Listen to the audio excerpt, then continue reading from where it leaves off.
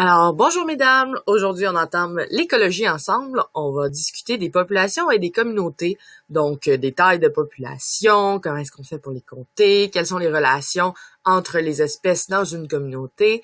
Mais en premier lieu, commençons par comprendre quelle est la différence entre population et communauté. Donc ici, vous retrouvez tous vos taxons que vous avez vus dans vos cours précédents en sciences. Et la population, c'est vraiment une espèce précise qui se retrouve dans un territoire précis.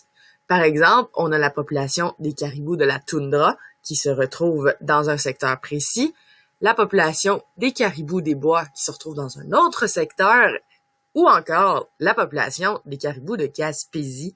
Donc, c'est vraiment une population, c'est une espèce à un endroit précis. Par la suite, communauté, donc c'est dans un territoire précis toujours, sauf que là, on a plusieurs espèces. On peut se retrouver avec les caribous, oui, il peut y avoir les loups à ce moment-là, les lièvres. Donc, la communauté, différentes espèces, un même territoire, population, un territoire délimité et une espèce seulement. Donc, les tailles de population, on peut les compter par comptage direct, par échantillonnage ou par capture-recapture. On va pouvoir explorer ça en profondeur dans les prochaines diapositives, mais on peut avoir aussi plusieurs distributions de population. Donc, il peut y avoir des techniques de comptage qui sont meilleures pour certaines distributions. Par exemple, la distribution uniforme, ça, on peut voir ça comme une espèce de champ de blé d'Inde à ce moment-là, où est-ce que on a des plants un peu partout. La distribution aléatoire, on peut voir ça comme des pissenlits. Donc, ça va pousser, on ne sait jamais où est-ce que ça va pousser. Ça va être une surprise à chaque fois. Et finalement, les agrégats, on peut voir ça un peu comme des nids d'oiseaux. On va retrouver plusieurs individus à un endroit précis. Ça peut être des nids de lapins aussi à ce moment-là, des terriers. Donc, la méthode de comptage direct, on peut l'effectuer plus facilement avec des choses qui ne bougent pas ou avec les grands mammifères. Donc, ce qu'on peut faire, c'est avec les mammifères en particulier, on peut prendre un hélicoptère et survoler notre territoire pour pouvoir compter, bon, il y a combien d'éléphants qui se trouvent sur ce territoire-là. Ou les plantes, ce qu'on peut faire, peut-être que vous l'avez déjà vu dans les forêts, on peut marquer à l'aide d'une espèce de petite peinture ou d'un ruban pour dire que effectivement, nous avons compté ces arbres-là déjà pour ne pas les recompter en double. On va se servir de cette technique-là, en fait, pour une étape précise dans chaque prochaine méthode. Donc, l'échantillonnage, ce qu'on vient faire avec ça, c'est que on ne peut pas compter tout le champ de pissenlit que vous voyez là, par exemple, ou la forêt derrière. Ça prendrait beaucoup trop de temps. Donc, ce qu'on fait, on vient compter le nombre de pissenlits qu'on retrouve, par exemple, dans un cadran d'1 mètre carré. Donc, on va compter tous les pissenlits dans ce mètre carré-là. Et si on sait qu'on a un territoire complet de 248 mètres carrés, on est capable, à ce moment-là, d'utiliser la petite formule mathématique pour pouvoir déterminer la population totale de pissenlits qui se trouve à cet endroit-là. Donc, on va prendre le nombre d'échantillons. Donc, ici, ce serait 50 pissenlits.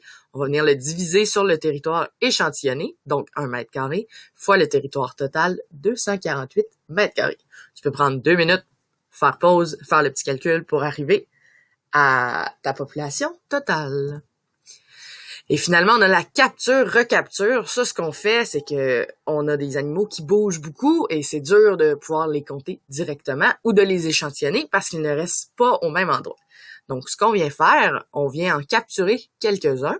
On va venir les marquer. Donc, ici, vous voyez qu'on a mis des boucles d'oreilles à nos petits bébés écureuils pour pouvoir, pour dire, effectivement, ceux-là, je les ai déjà comptés. Donc, ce qu'on va venir faire, c'est beaucoup de capture-recapture, en fait.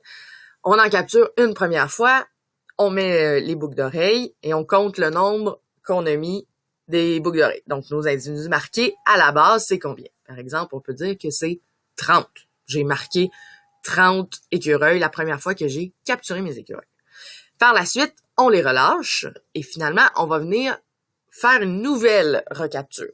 Donc, on va regarder dans ce nouvel échantillon-là.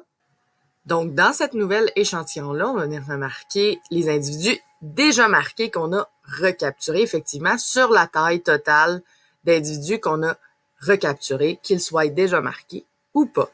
Ensuite, on ne connaît pas notre population totale, donc ce qu'on vient faire, on vient faire un petit produit croisé pour pouvoir nous donner notre population totale. Et c'est comme ça qu'on fait la capture-recapture. Par la suite, on peut parler de densité de population. Donc ça, la densité de population, c'est le nombre d'individus sur l'aire du territoire en tant que tel. Donc si, par exemple, on reprend les pissenlits tout à l'heure, la densité, ce serait 50 pissenlits sur 1 mètre carré. Ici, on peut voir une carte du Canada où est-ce qu'on peut voir la densité de population dans nos villes au Canada. On peut voir effectivement que Montréal, Ottawa, ce sont des villes qui ont une très bonne densité de population, donc soit 256 personnes par kilomètre carré